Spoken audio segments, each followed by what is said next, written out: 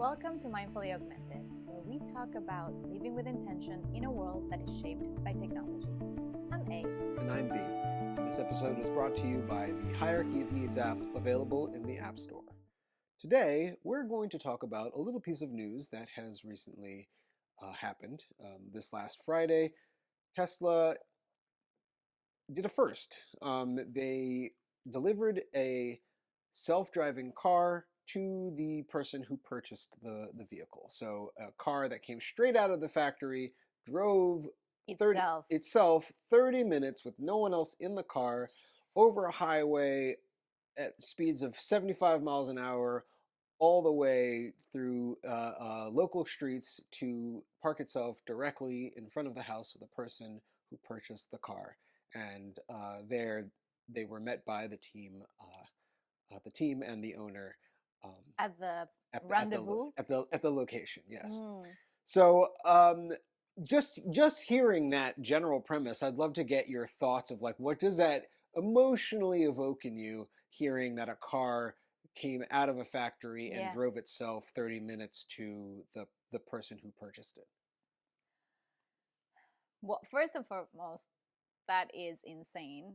But then on the other thing that I also think is insane is the fact that I'm like, oh yeah, that happened without even like flinching.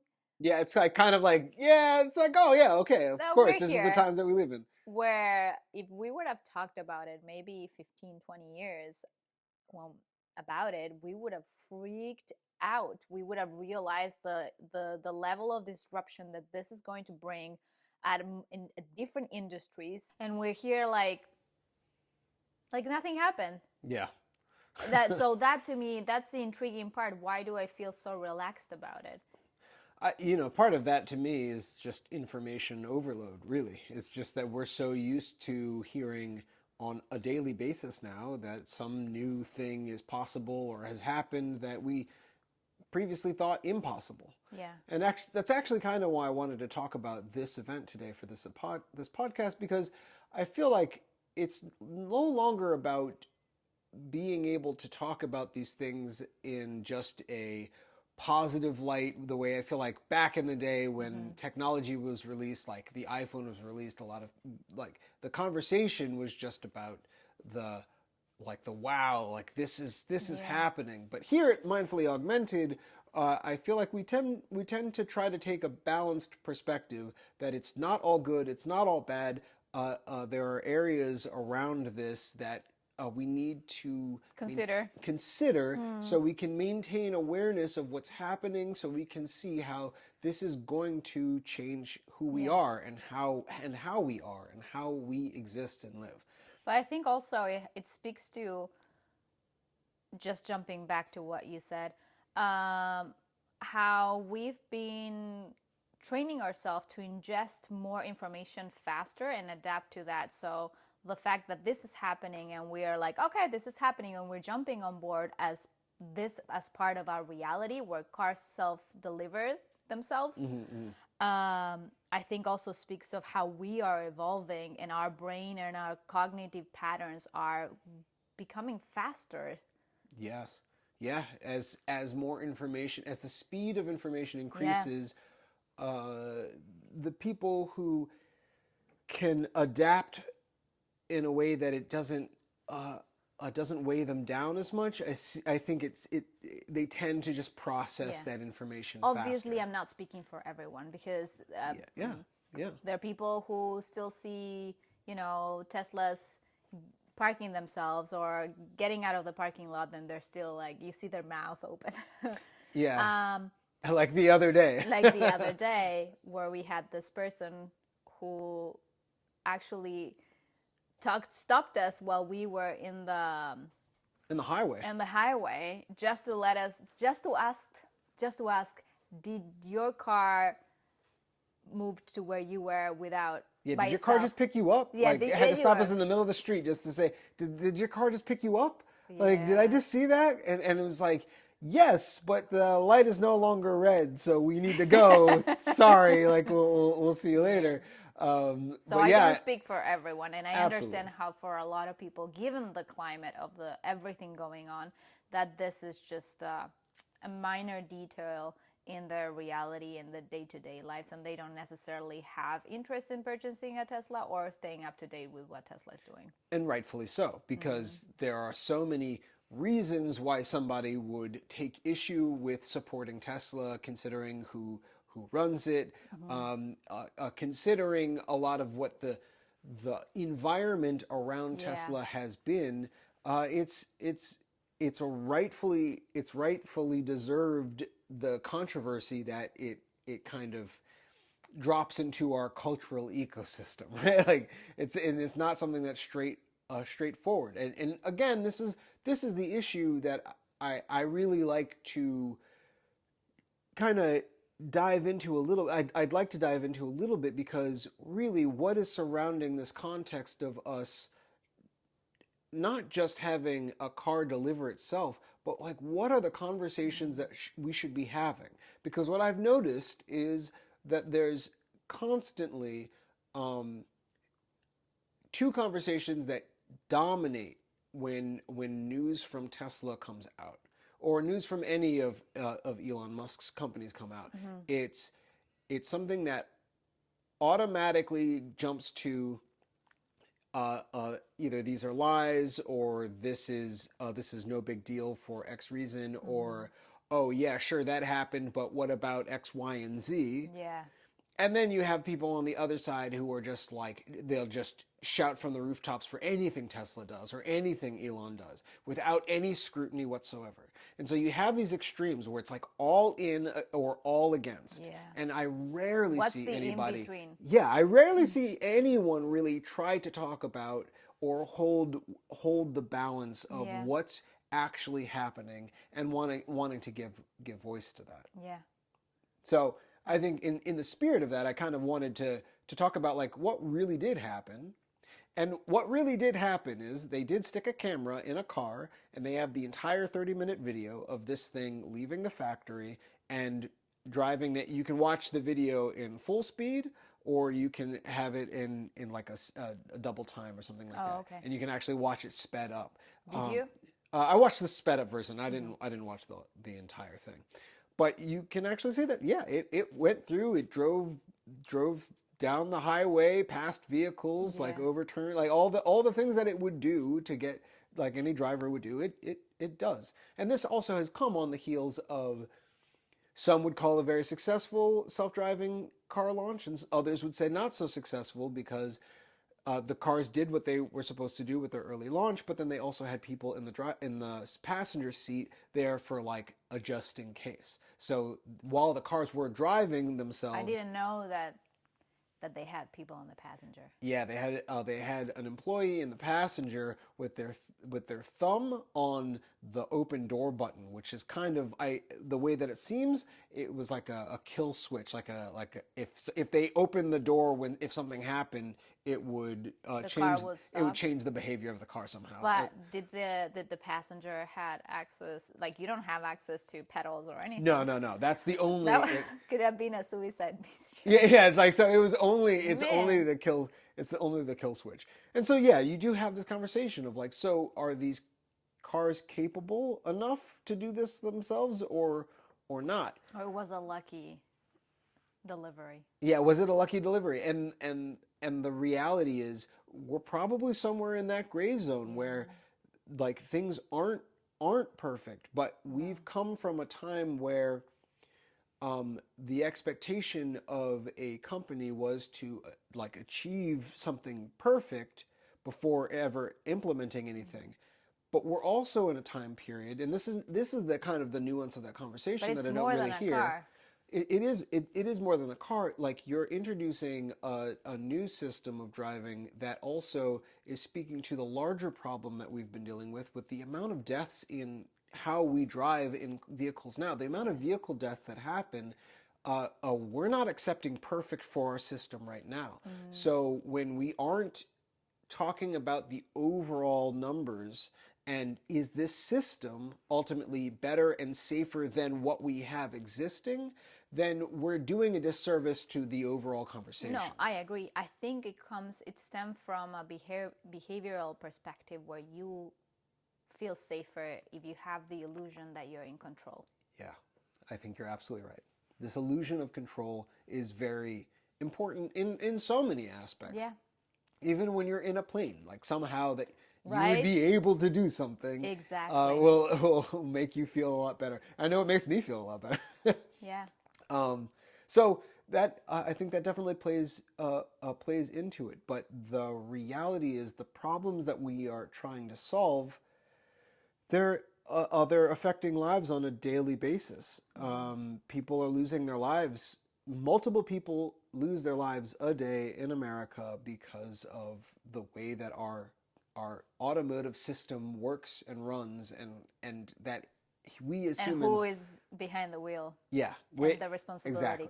exactly. And but then you all, like, rightfully so, on the other end of this, you have the people who are advocating for just pushing forward, and you will also see that a lot of the people who are making these choices tend to be of a very specific demographic. Tends to be typically men that you see involved in these situations. In fact, when you see the people who they invited for the test run of the self-driving cars, All dudes. mostly men. There were some women, but they're mostly men because they typically pulled from the ecosystem of influencers who've been covering Tesla for a while, and Gotcha. that already skews heavily men. And so what we're also seeing is that the people who are shaping the conversation on the positive side are already in a cherry-picked area that don't have the ability to have the nuance either. So you have the people who are close to the product who don't necessarily have the ability to have nuance, some better than others.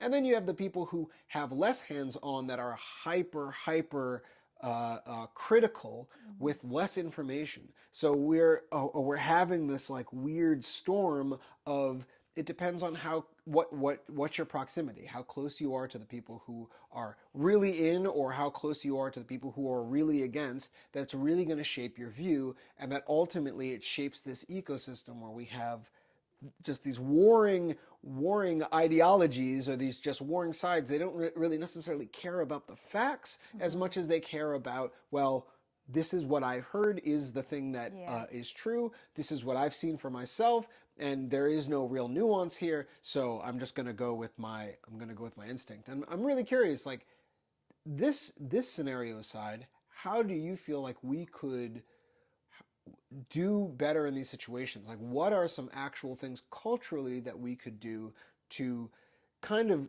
get away from this us versus them mentality? Because I think this is going to be key to a heart of a lot of like community cultural moments as we continue to augment ourselves culturally, and then as that spreads into us individually, how do we communicate better in these situations? Oof. I just laid a big one on you. I know. I apologize. Oh, no. Yeah, it kind of put me on the spotlight here. I think one of the things that would be interesting exploring is if we are able to have real-time data access, where we can see the the glitches that happen, the accidents that were avoided because the car was able to, the benefits, right?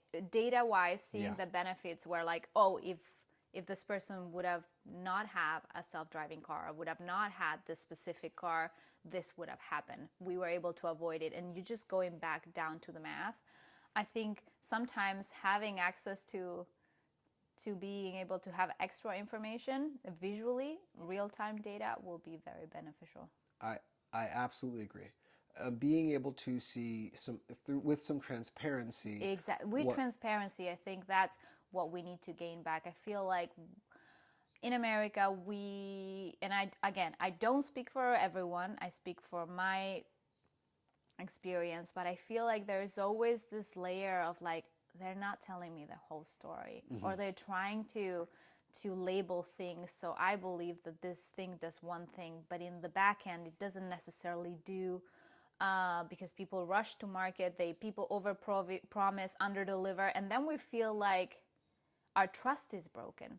So we can find a way to mend trust in a way that is visible, in a way that's transparent, in a way that it's also vulnerable. I know that Tesla tried many times, like, say things, hey, we did this, but it didn't work, so we tried to do this. And they also took a lot of real user feedback and show the features that people were asking for. So they are open to, it seems that they are open to working with people. The question is, how do we mend this broken trust? And unfortunately, it comes from many different industries, from many different situations, specifically in America.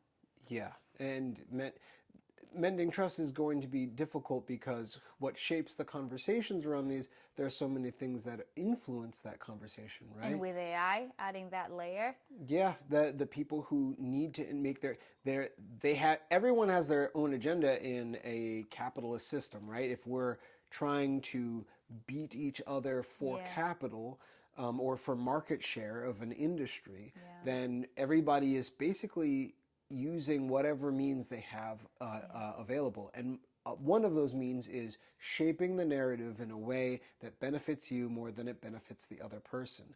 And while Tesla, for most of their existence, kind of stayed out of that game, the other players in the industry have very much leaned into that more and more, as they have not necessarily put the money and effort behind the innovation and innovating their methods. So what we do see is people who influence have a lot more money and a lot more say, or have traditionally had more money and say in shaping how these conversations go. And I feel like a lot of us are shaped by how competitors of Tesla, or advocates, or people who have been investing in areas where the rivals of Tesla would benefit, have been really focusing on shaping the conversation. And then you also have someone like Elon, who hasn't been doing any favors for the brand either. No, he needs a health coach. Yeah, he definitely needs a health coach in so many aspects. And a big team, a holistic team. Yeah, it's more than one. I wouldn't put that on any individual, right? You need a company just for that one person.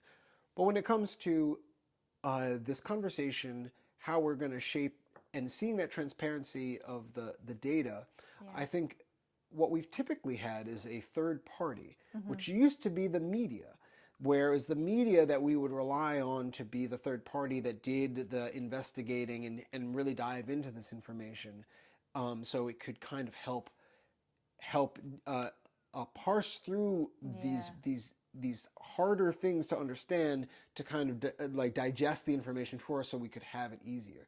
But now what we're also finding is within all this information, they're also being influenced by, I mean, the typical stuff. Bias. But they have their own bias, but the system itself.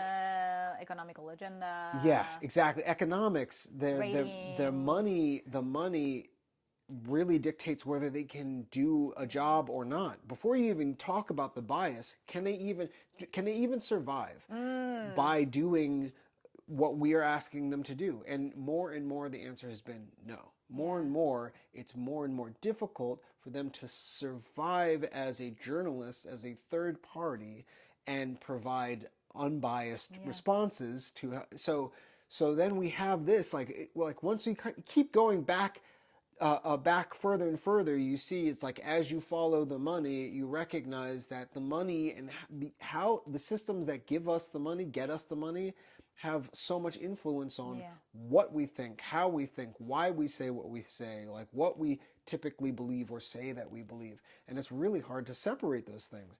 I wonder over the next few years how we're going to see that shift as we start to see AI translate more information for us. And I think eventually it's because we are comfort creatures and we will see the same thing. What is the thing that will maximize what we need versus minimum input or less money? Very much like, I don't think anyone, that's not true. A lot of people do, but I would not personally go back to a flip phone when I have access to my smartphone and I have access to my house economy, my kids' health, my health, and a bunch of other things. And I think the same way as gas prices continue to increase, the switch to electrical, if eventually insurance gets involved, where the having a self-driving car will determine a lower price Yeah. of insurance. Yeah, we haven't even gotten into the what are the effects of this, Yeah, which I feel like we can even put that as as a another whole one. episode where it's just So let me go talking back about to the. what we were talking. You asked me, how do we, what's our middle? What was my middle between those two points of view or statements? What's yours? What's your middle? Because you consume a lot of information on the EV front and tech innovation in general. Like you are.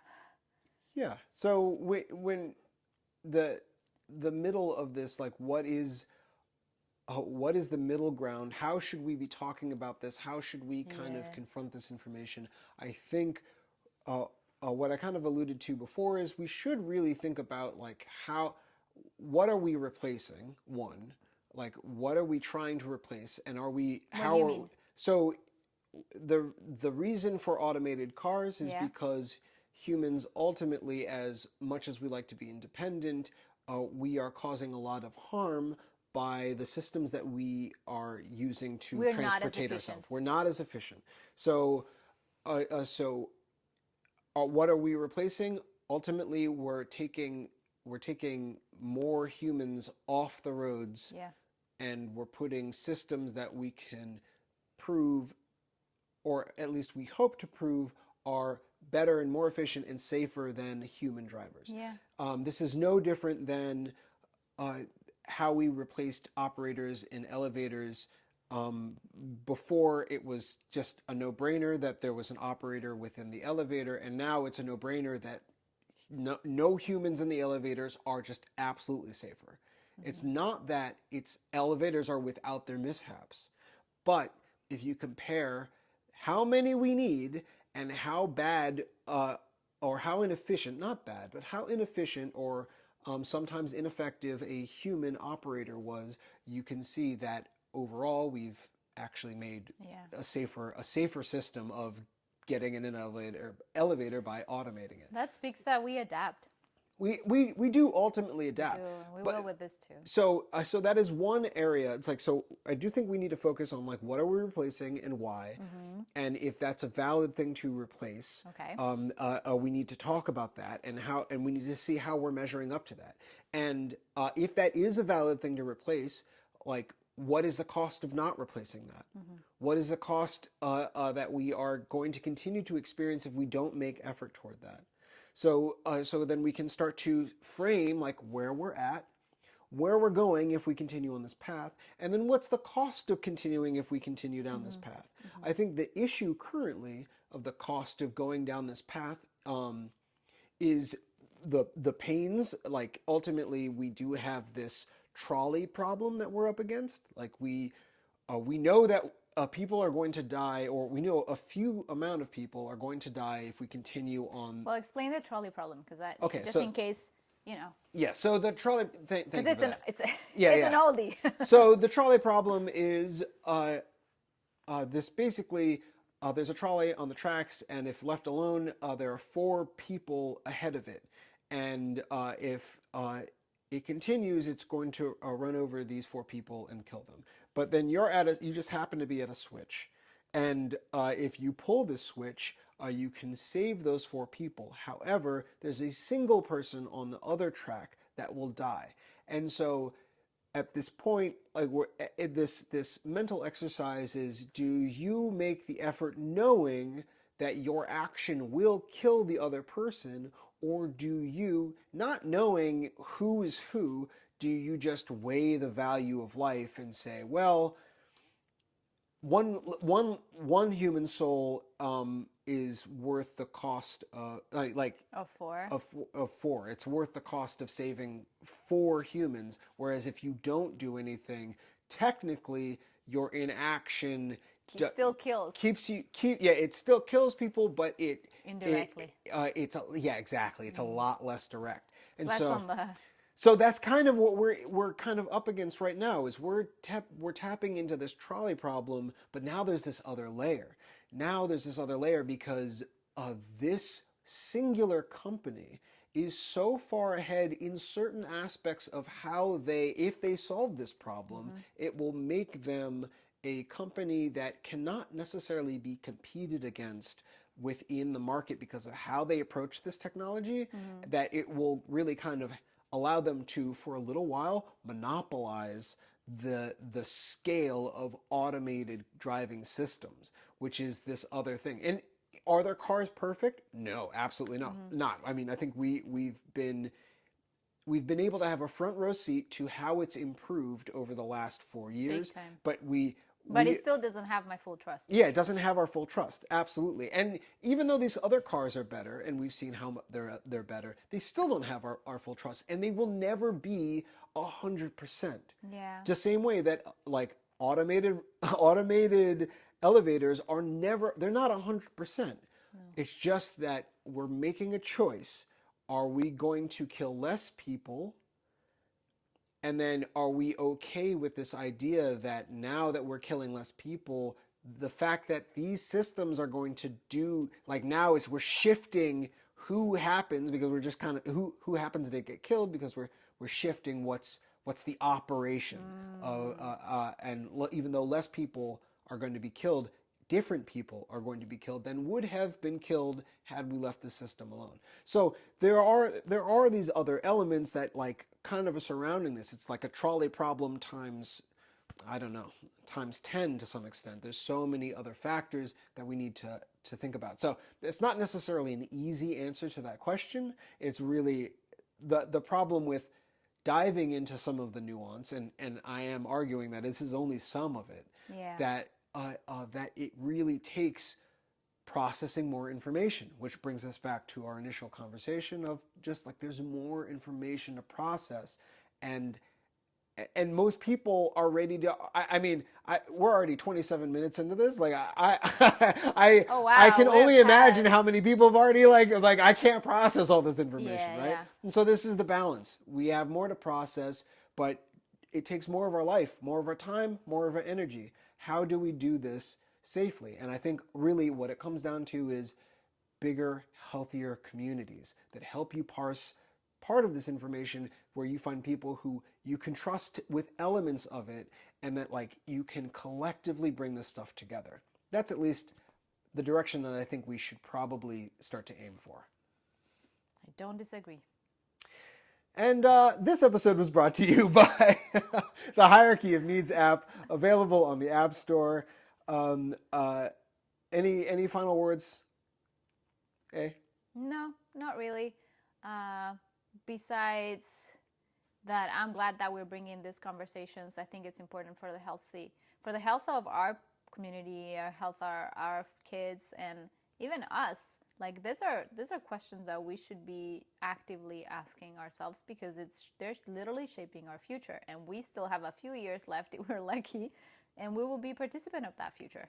Absolutely, and we need to work actively against the pull of approaching these conversations like we're watching a sports event, like choosing a team, picking a side, because it's going to be harder and harder to not be polarized by the information that we're hearing, because there's so much validity on either side. There's so much validity as you continue, and that it's going to be, the gravity is really going to be hard to not have an effect. Like it's going to be harder and harder to not be affected by the gravity of these situations. So until next time. See you soon.